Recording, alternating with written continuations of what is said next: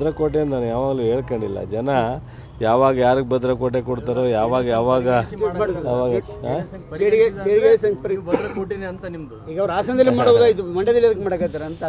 ಮಾಡಲಿ. ಈಗ ನಾವು ಹಾಸನದಲ್ಲಿ ನಮ್ಮಲ್ಲಿ ಒಬ್ಬರು ಶಾಸಕರಿದ್ದಾರೆ ಮತ್ತು ಅವರು ಕಳೆದ ಹಳೆ ಮೈಸೂರಿನಲ್ಲಿ ನಾವು ಮಾಡಿದ್ದು ಸಭೆ. ಮೈಸೂರು ಮಂಡ್ಯಕ್ಕೆ ಭಾಳ ಹತ್ರ, ಹಂಗೆ ಹಾಸನದಲ್ಲಿ ಮಾಡಿದ್ದೀವಿ ನಾವು. ಏಕೆಂದರೆ ಕಳೆದ 1.5 ವರ್ಷದಿಂದ ಅವ್ರ ಟೀಕೆ ಟಿಪ್ಪಣಿಗಳಿಗೆ ಉತ್ತರ ಕೊಡಬೇಕಲ್ಲ. 3 ಜನನ ನಾವು ಗೆಲ್ಲಿಸಿ ಸರಿ ಏನು ನೀವು ಹೇಳಿದ್ರಿ ಒಂದೇ ಗೆಲ್ಲೋದು ಸಾರ್ ಅಂತ, ಅದು 50-50 ಅಂದಿದ್ರಿ ಮಾಧ್ಯಮ ಸ್ನೇಹಿತರು. ಸಂಡೂರು ಏನೋ ಸ್ವಲ್ಪ ಹತ್ರದಲ್ಲಿ ಗೆಲ್ಬೋದು ಸರ್, ಸಿಗ್ಗಾವಿ ಅಂತೂ ಸಾಧ್ಯ ಇಲ್ಲ, ಚನ್ನಪಟ್ಟಣ ನೀವು ಹತ್ರಕ್ಕೆ ಹೋಗೋಕ್ಕಾಗಲ್ಲ ಸರ್ ಅಂತ ಹೇಳಿ ಬರೆದುಬಿಟ್ರು ನಮಗೆ ಎಲ್ಲ ಇದೇನಪ್ಪ ಗೆಲ್ತದೆ ಅಂತ ನಾವು ಚುನಾವಣೆ ಮಾಡಿದ್ರೆ ಹಿಂಗೆ ಹೇಳ್ತಾರಲ್ಲ ಅಂತ ಆಶ್ಚರ್ಯ ಆಗಿದೆ.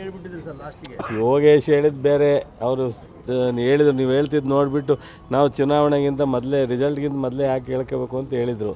ಬಟ್ ರಿಸಲ್ಟ್ ಬರುತ್ತೆ ಅಂತ ಗೊತ್ತಿದ್ರು ನಮಗೆ ಗಾಬರಿ ಹಿಡಿಸಿದ್ರಿ. 3 ಜನ ಗೆದ್ದದ್ದು ನಾವು ಒಂದು ರೀತಿ ಸಂದೇಶ ಮಾಡಬೇಕಾಯ್ತು, ಮಾಡಿದ್ದೀವಿ. ಅವರು ಮಂಡ್ಯದಲ್ಲಿ ಯಾಕೆ ಸಭೆ ಮಾಡ್ತಾರೆ ಏನೋ ನಮಗೆ ಗೊತ್ತಿಲ್ಲ. ಒಂದು ಕಡೆ ಈಗ 1 ತಿಂಗಳ ಹಿಂದೆ ನಿಖಿಲ್ ಸೋತಿದ್ದಾರೆ. ಸೊ ಇನ್ನೊಂದು ಕಡೆ ಅವರು ಹುಟ್ದಬ್ಬ ಅಂತಾರೆ, ಇನ್ನೊಂದು ಕಡೆ ಕೌಂಟ್ರು ಅಂತಾರೆ.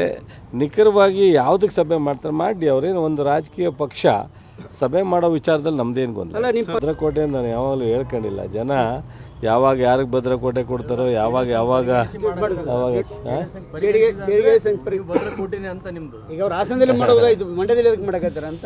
ಮಾಡಲಿ. ಈಗ ನಾವು ಹಾಸನದಲ್ಲಿ ನಮ್ಮಲ್ಲಿ ಒಬ್ಬರು ಶಾಸಕರಿದ್ದಾರೆ ಮತ್ತು ಅವರು ಕಳೆದ ಹಳೆ ಮೈಸೂರಿನಲ್ಲಿ ನಾವು ಮಾಡಿದ್ದು ಸಭೆ. ಮೈಸೂರು ಮಂಡ್ಯಕ್ಕೆ ಭಾಳ ಹತ್ರ, ಹಂಗೆ ಹಾಸನದಲ್ಲಿ ಮಾಡಿದ್ದೀವಿ ನಾವು.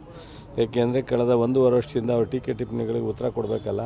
3 ಜನನ ನಾವು ಗೆಲ್ಲಿಸಿ ಸರಿ ಏನು ನೀವು ಹೇಳಿದ್ರಿ ಒಂದೇ ಗೆಲ್ಲೋದು ಸಾರ್ ಅಂತ, ಅದು 50-50 ಅಂದಿದ್ರಿ ಮಾಧ್ಯಮ ಸ್ನೇಹಿತರು.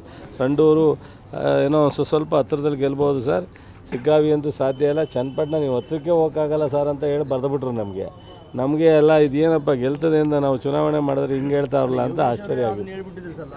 ಯೋಗೇಶ್ ಹೇಳಿದ್ದು ಬೇರೆ, ಅವರು ಹೇಳಿದ್ರು ನೀವು ಹೇಳ್ತಿದ್ದು ನೋಡಿಬಿಟ್ಟು ನಾವು ಚುನಾವಣೆಗಿಂತ ಮೊದಲೇ ರಿಸಲ್ಟ್ಗಿಂತ ಮೊದಲೇ ಯಾಕೆ ಹೇಳ್ಕೋಬೇಕು ಅಂತ ಹೇಳಿದರು. ಬಟ್ ರಿಸಲ್ಟ್ ಬರುತ್ತೆ ಅಂತ ಗೊತ್ತಿದ್ರು ನಮಗೆ ಗಾಬರಿ ಹಿಡಿಸಿದ್ರಿ. 3 ಜನ ಗೆದ್ದದ್ದು ನಾವು ಒಂದು ರೀತಿ ಸಂದೇಶ ಮಾಡಬೇಕಾಯ್ತು, ಮಾಡಿದ್ದೀವಿ. ಅವರು ಮಂಡ್ಯದಲ್ಲಿ ಯಾಕೆ ಸಭೆ ಮಾಡ್ತಾರೆ ಏನೋ ನಮಗೆ ಗೊತ್ತಿಲ್ಲ. ಒಂದು ಕಡೆ ಈಗ 1 ತಿಂಗಳ ಹಿಂದೆ ನಿಖಿಲ್ ಸೋತಿದ್ದಾರೆ. ಸೊ ಇನ್ನೊಂದು ಕಡೆ ಅವರು ಹುಟ್ದಬ್ಬ ಅಂತಾರೆ, ಇನ್ನೊಂದು ಕಡೆ ಕೌಂಟ್ರು ಅಂತಾರೆ. ನಿಖರವಾಗಿ ಯಾವುದಕ್ಕೆ ಸಭೆ ಮಾಡ್ತಾರೆ ಮಾಡಿ, ಅವರೇನು ಒಂದು ರಾಜಕೀಯ ಪಕ್ಷ ಸಭೆ ಮಾಡೋ ವಿಚಾರದಲ್ಲಿ ನಮ್ದೇನು ಗೊಂದಲ.